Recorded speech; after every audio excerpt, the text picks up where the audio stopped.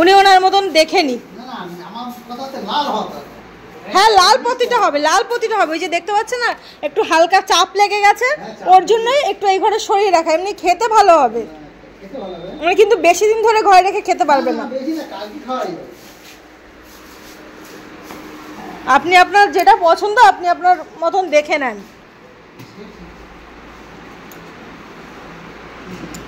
এগুলো একটু চাপ লেগে গেছে বলে 10 টাকা কিলো দিচ্ছি। Hello everyone, welcome back to my channel. আমি প্রিয়াঙ্কা তোমাদের সঙ্গে নতুন একটি ভিডিও নিয়ে চলে এসেছি বন্ধুরা। তো অনেক দিন আগেকার ভিডিও, 2-3 মাস আগের ভিডিও এখন এডিট করতে বসেছি।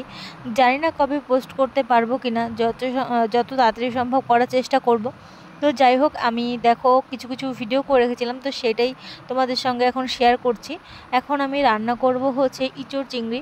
তো সেই কারণের জন্যই দেখো ইঁচড় আলু এগুলোকে কেটে আগে সিদ্ধ করে নিচ্ছি। আজকে রান্না হবে ইঁচড় চিংড়ি, ডাল, বেগুন ভাজা, মাংস। দেখতেই পাচ্ছ এখানে 2-2.5 কিলো মাংস রয়েছে, আর টমেটো চাটনি, পাঁপড়, এই সমস্ত কিছু হবে আর কি। তো যাই হোক, আমি কাজের চাপে সেরকমভাবে ভিডিও করতে পারিনি, আর একা হাতে যেহেতু সবটা করেছি, একটু হালকা পাতলা করে যেটুকুনি মানে করা যায় আর কি, ছেলেকে বলে বলে আর কি করানো এই ভিডিওটুকুনি।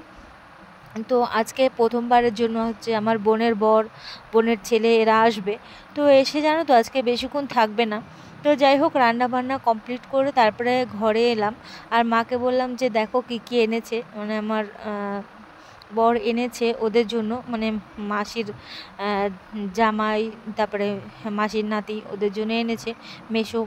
তো সেইটাই আর কি দেখাদেখি হচ্ছিল। এটা হচ্ছে পুচকেটার, তারপরে মেশোর আছে, ভাইরা আছে, আর ওই যে আমার বোনের বরের, এদের জন্য আছে। তো সেই জামাগুলোই আমরা দেখছিলাম, আমার বর নিয়ে এসছে, তো আমি তো দেখিনি কেমন কী এনেছে। তো সেটাই বলছিলাম যে মা বের করো দেখি, তুমিও দেখো আমিও দেখি, আর এদিকে ভিডিওটাও করি। তো এই হচ্ছে সেই ড্রেসগুলো। তো আর তার আগে রান্নাবান্না করার আগে আমি বিছানা গাথা একদম গুছিয়ে গাছিয়ে নিয়েছি। দেখতেই পাচ্ছ সুন্দর একটা বিছানা চাদর পেতেছি। তো এই সাদা কালারের বিছানা চাদরটা জানো তো আমার ভীষণ পছন্দ।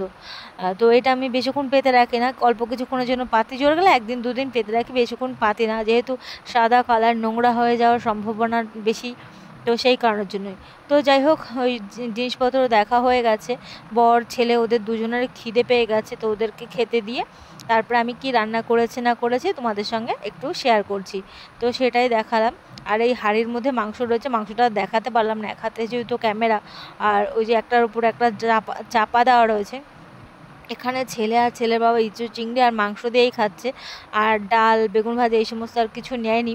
আর চৈত্র মাসের সময় জানো তো, এইটা হচ্ছে চৈত্র মাসের ভিডিও, ভীষণ পরিমাণে গরম পড়েছিল তো সেই দিনকে। আর এই যে ছেলের বাবা এই যে কাজ থেকে এসেছে, তো তারপরে স্নানও করেনি হয়তো, বা আমার ঠিক খেয়াল নেই এখন, যেহেতু 2-3 মাস আগের ভিডিও বললামই।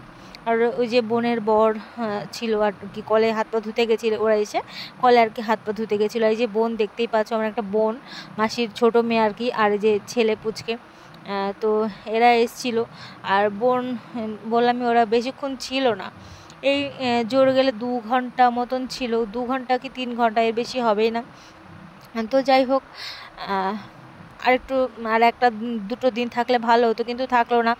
ওরাও এসেছিলো অন্য আরেকটা জায়গায়, তো আমাদের বাড়িতে এসে দুপুরে খাওয়া দাওয়া করে বেশিক্ষণ ছিল না, তারপরে আবার আমাদের ওই বাড়িতে আর কি গেছিলো।